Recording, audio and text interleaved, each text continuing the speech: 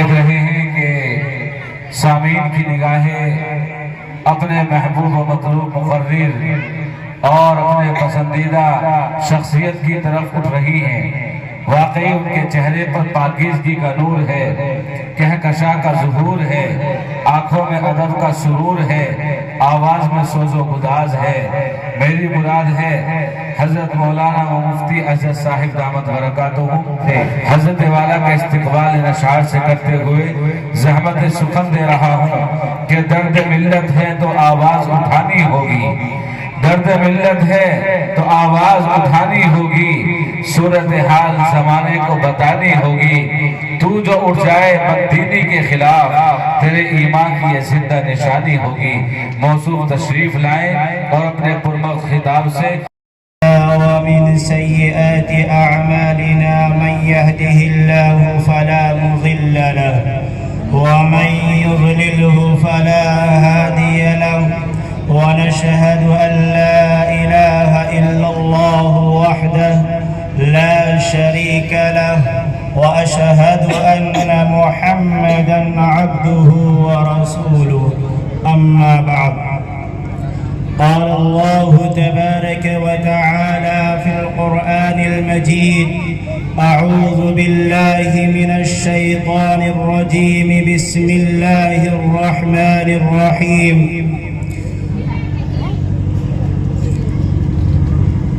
اتل ما أوحي إليك من الكتاب وأقم الصلاة إن الصلاة تنهى عن الفحشاء والمنكر ولذكر الله أكبر صدق الله العظيم قال النبي صلى الله عليه وسلم التائب من الذنب كمن لا ذنب له وقال عليه الصلاة والسلام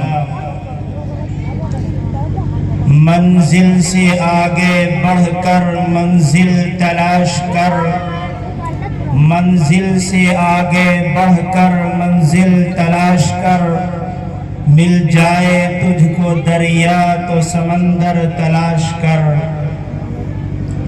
سجدوں سے تیرے کیا ہوا صدیاں گزر گئی، سجدوں سے تیرے کیا ہوا صدیاں گزر گئی، دنیا تیری بدل دے وہ سجدہ تلاش کر۔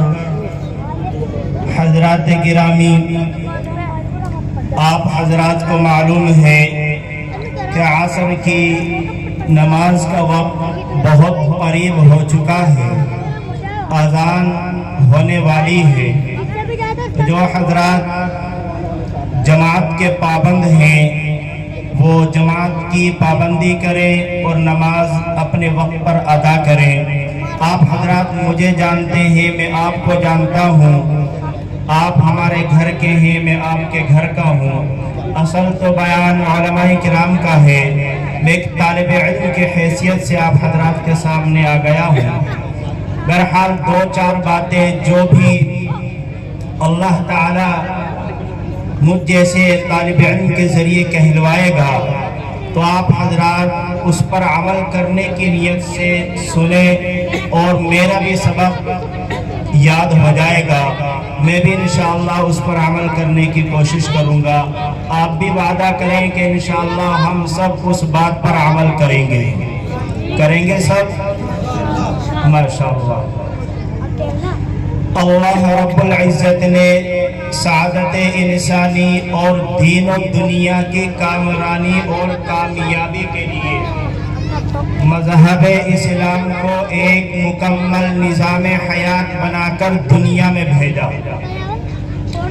زندگی کا کوئی گوشہ، زندگی کا کوئی پہلو ایسا باقی نہیں رکھا کہ جہاں اسلام نے انسان کو سبق نہ دیا ہو، رہنمائی نہ کی ہو، راستہ نہ دکھایا ہو۔ اگر انسان اسلام کے راستے پر مکمل طریقے پر چلنے والا بن جائے تو اللہ کی قسم اس کی زندگی خوشیوں کے ساتھ گزرے گی جس کا انسان تصور بھی نہیں کر سکتا۔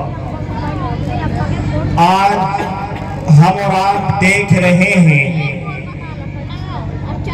کہ دنیا کے اندر طرح طرح کے فتنے، طرح طرح کی باتیں ہو رہی ہیں، اور دنیا والے مسلمانوں کے اوپر نظر گاڑ کر دیکھنے کے بجائے ہاتھوں سے، ہتھیاروں سے اور مقدمات سے نہ جانے کیسے کیسے حملے کر رہے ہیں۔ یہ کیوں ہو رہا ہے؟ ابھی خبر ملی کہ راجستھان کے اندر جنید اور ناصر کو جلا کر راکھ کر دیا جاتا ہے اور ان کی گرفتاری نہیں ہو پاتی۔ یہ کیا ہو رہا ہے ہندوستان کے اندر کہ جہاں اللہ والے اتنے سارے موجود ہیں، مسلمان اتنی طاقت کے ساتھ موجود ہیں کہ جن انسانوں نے، جن اللہ والوں نے، جو مسلمان کہلانے والی قوم ہے کہ جو گوروں کو بھگانے پر قادر ہے، اگر وہ اللہ والے بن جائیں، اپنے ایمان پر مضبوطی کے ساتھ اتر آئیں اور اللہ تعالیٰ کو ایک مان کر محمد صلی اللہ علیہ وسلم کو سچا رسول جان کر اور اپنے ایمان پر عمل کرتے ہوئے اگر کسی کوئی مدد کرنا اسلام کے اندر ثواب سمجھا جاتا ہے اور ثواب کہلاتا ہے، چاہے وہ کسی بھی دھرم کا، کسی بھی مذہب کا ماننے والا کیوں نہ ہو، چاہے وہ کوئی بھی مذہب رکھتا ہو، لیکن اگر کسی انسان کو ضرورت پڑ رہی ہے، وہ انسان اس کی مدد کیے بغیر پیچھے نہیں رہ سکتا۔ جو اسلام کو ماننے والا ہوتا ہے، اگر اسلام کو واقعی میں مانتا ہے، جانتا ہے، تو بغیر مذہب کے بھید بھاؤ کے وہ انسان دوسرے کی مدد کرنا اپنے مذہب کا حصہ سمجھتا ہے اور ثواب سمجھتا ہے۔ اسی جگہ اسلام نے یہ بھی سبق دیا ہے کہ اگر آپ کو کوئی پریشان کر رہا ہے، آپ کی طرف انگلی اٹھاتا ہے اور آپ کو ناجائز مقدمات میں پھنسا کر جیلوں کے اندر بند کر دیا جاتا ہے، اور راستے میں اگر آپ اکیلے جا رہے ہیں اور آپ کو کوئی پریشان کر رہا ہے اور اس کی بات سمجھ میں نہیں آ رہی ہے، تو اسلام وہاں پر یہ بھی سبق دیتا ہے کہ وہاں پر گیدڑ کی طرح اس کو چھوڑا نہ جائے، بلکہ اپنی حفاظت کا دفاع کرنا، اپنی حفاظت کرنا، اپنی جان کا دفاع کرنا، یہاں بھی اسلام سبق دیتا ہے۔ اس انڈیا کا قانون بھی یہی سکھاتا ہے کہ اپنی حفاظت کرنا یہ بھی آپ کے حصے میں ہے، آپ اپنی حفاظت کیجئے۔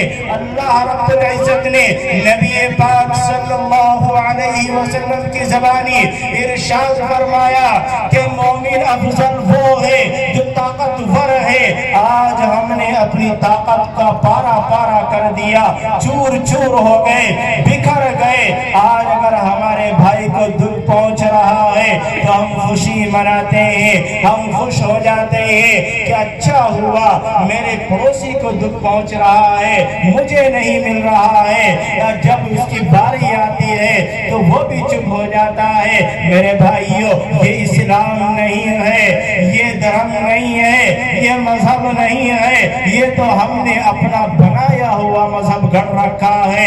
اسلام کو ہم نے اپنی سمجھ سے، اپنی سوچ سے اور اپنی جانب سے ایک اسلام کی تصویر گھڑ لی، ایک اسلام کی تصویر کو اپنے دل و دماغ میں رچ لیا، بسا لیا۔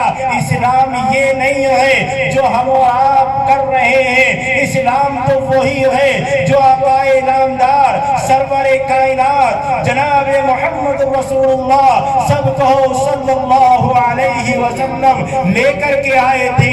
اللہ نے عرش پر بلا کر کے میرے نبی کو کہا تھا کہ محمد جا میری جانب سے یہ 5 نمازوں کا تحفہ لے جا، مجھے تجھ سے محبت ہے اور اپنی امت کو لے جا کر کے دے دینا.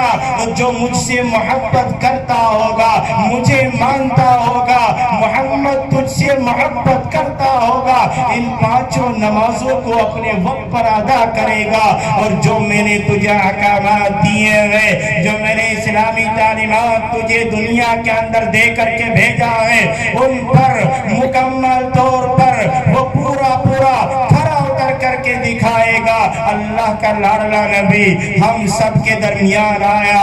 اللہ کا لاڈلا نبی دنیا کے اندر آتا ہے اور اللہ کو ایک ماننے کا پیغام دیتا ہے, اللہ کو پہچانواتا ہے اور کہتا ہے, اے لوگو لا الہ الا اللہ محمد رسول اللہ صلی اللہ علیہ وسلم پڑھ لو, اللہ کو ماننے والے بن جاؤ, محمد کو اللہ کا سچا رسول جان لو, اسلام کو اپنی زندگی میں لے آؤ, آپ کامیاب ہو جاؤ گے. لیکن ہم نے اور آپ نے دیکھا اس وقت کا ابو جہل, اس نے ترنت کہا, اے محمد کیا تو نے ہمیں یہی بھاشن دینے کے لیے, یہی پیغام سنانے کے لیے, اسی چیز کو بتانے کے لیے ہمیں جمع کیا تھا؟ ہم نہیں مانتے, ہم نہیں جانتے, ہم تمہاری بات کو نہیں مانیں گے, تم اپنی بات واپس لے لو. اسی کو دہراتے ہوئے علماء اکرام کی ایک فہرست چلی آتی ہے, صحابہ اکرام کی ایک فہرست چلتی ہے, صحابہ اکرام اسی مشن پر کام کرتے ہیں. اسی مشن کو لیتے ہوئے صحابہ اکرام کے بعد علماء اکرام کی جماعت آتی ہے, اللہ والوں کی جماعت آتی ہے, دینداروں کی جماعت آتی ہے. ہر وقت اللہ تعالیٰ کا پیغام آپ کو سناتے رہتے ہیں, مگر ہمارے جو نہیں رہتی, ہمیں سبق یاد نہیں ہوتا, ہم پھر وہی کے وہی رہتے ہیں. ہر نبی آ کر کے کہتا ہے, اللہ کا لاڈلا نبی محمد صلی اللہ علیہ وسلم نے آ کر کے کہا کہ انسانوں تم بکھرو نہیں, مضبوطی سے جمع ہو جاؤ. میں وہی بات کر رہا ہوں جو شروع میں بات چھیڑی تھی. اللہ کے نبی نے کہا کہ جب تم ایک ہو جاؤ گے, دنیا کے اندر طاقت نہیں ہے کہ تمہیں آنکھ اٹھا کر کے دیکھ لے, اس لیے کہ اللہ رب العزت جس کی حفاظت کرنے پر آ جائے, اللہ تعالیٰ کی طاقت وہ طاقت ہے کہ جس سے بڑی طاقت دنیا کے اندر موجود نہیں ہے. اللہ تعالیٰ کی شان وہ شان ہے کہ اس سے بڑی شان دنیا کے اندر دونوں جہانوں میں کوئی سا بھی جہان ہو, کوئی سا بھی دنیا کائنات ہو, اس جیسی شان کوئی نہیں رکھتا. اللہ نے ساری کائنات کو تخلیق کیا ہے, وہ جس کی حفاظت کرنے پر آ جائے, دنیا کی طاقت نہیں ہے اس کا بال بھیکا بھی کر سکے. اور جب اللہ تعالیٰ ذلیل اور رسوا کرنے پر آتا ہے, دنیا ساری دنیا مل کر کے, بڑے بڑے بادشاہ مل کر کے, بڑے بڑے حکمران مل کر کے اس کو عزت دینا چاہے تو دنیا کی طاقت نہیں ہے اس کو عزت کی کرسی پر بٹھا دے یا عزت دلا دے. یہ اللہ کی جانب سے فیصلے ہوتے ہیں, اللہ تعالیٰ کی جانب سے سارے فیصلے ہوتے ہیں. بہرحال میں عرض کر رہا تھا, اے ایمان والو, اے شمع رسالت کے پروانوں, اے محمد مصطفیٰ کے غلاموں, اے کلمہ طیبہ لا الہ الا اللہ محمد رسول اللہ صلی اللہ علیہ وسلم کے پڑھنے والوں, ایک ہو جاؤ, ایک بن جاؤ غموں کو. اور اسی طریقے سے اپنی جتنی بھی ذات برادریاں ہم نے اپنے میں بنا رکھی ہے, خاندان بنا رکھے ہیں, ایک دوسرے سے نفرت کر رہے ہیں, ان سب کو پیچھے رکھ کر کے صرف اسلام کا دامن تھام لو, صرف اللہ کے لاڈلے نبی کی بات مان لو, اللہ کا پیغام اپنی زندگی میں لے آؤ. تو ایمانداری سے میں قسم کھا کر کے کہتا ہوں, وہ دن دور نہیں ہے کہ جب صحابہ اکرام کی جماعت اگر جنگل میں ڈیرا ڈالتی ہے, جنگل کے جنگلی جانور پھاڑ کھانے والے جانور منٹوں سیکنڈوں میں پورا جنگل خالی کر دیتے ہیں۔ اگر مسجد بیت الاقصی بیت المقدس کو فتح کرنے کے لیے کوئی جماعت جاتی ہے، قبلہ اول کو فتح کرنے کے لیے صحابہ کی جماعت جاتی ہے بغیر لڑے، اور علماء کرام کی جماعت اللہ والوں کی جماعت جاتی ہے بغیر لڑائی کے، بغیر ہتھیار چلائے ان کے چابی سپرد کر دی جاتی ہے۔ یہ کون سی طاقت تھی؟ یہ حضرت عمر فاروق کا نام سنتے ہی بڑے بڑے بادشاہوں کے پسینے چھٹ جایا کرتے تھے۔ یہ کون سی طاقت تھی؟ یہ کہاں سے طاقت آئی تھی؟ کیا ان کے پاس مال تھا؟ کیا ان کے پاس دولت تھی؟ کیا چیز تھی؟ ہم نے دیکھا کہ 40 دن تک بھی ان کے یہاں چولہا نہیں جلا کرتا تھا۔ کوئی کھجوروں پر بسر کر رہا ہے تو کوئی پانی پی کر کے زندگی گزار رہا ہے تو کوئی پتے کھا کر کے زندگی گزار رہا ہے، لیکن بڑے بڑے محلوں کے اندر زلزلہ آ جایا کرتا تھا۔ یہ طاقت کہاں سے آ رہی تھی؟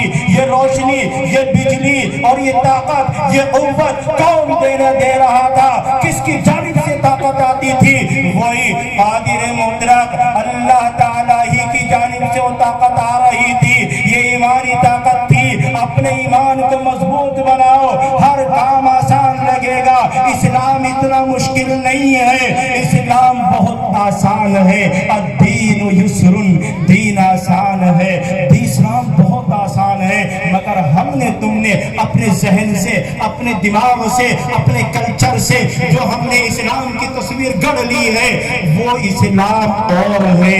نبی جو دے کر کے گئے ہیں وہ اسلام اور ہے۔ ہم سب کو ماننا پڑے گا، جاننا پڑے گا، آنا پڑے گا۔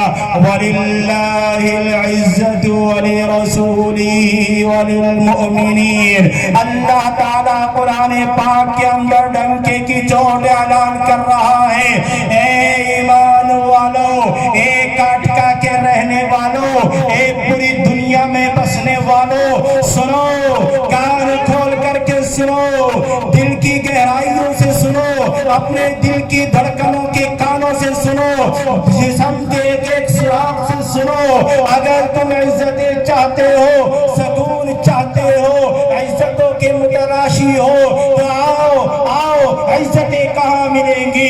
سکون کہاں میسر ہوگا؟ عزتیں کہاں پر آپ کو میسر ہوں گی؟ آؤ اللہ تعالیٰ کا قرآن پڑھو۔ اللہ تعالیٰ کہہ رہا ہے وَلِلَّهِ الْعِزَّةُ وَلِرَسُولِهِ، عزت تو اللہ کے لیے ہے، اللہ کے رسول کے لیے ہے۔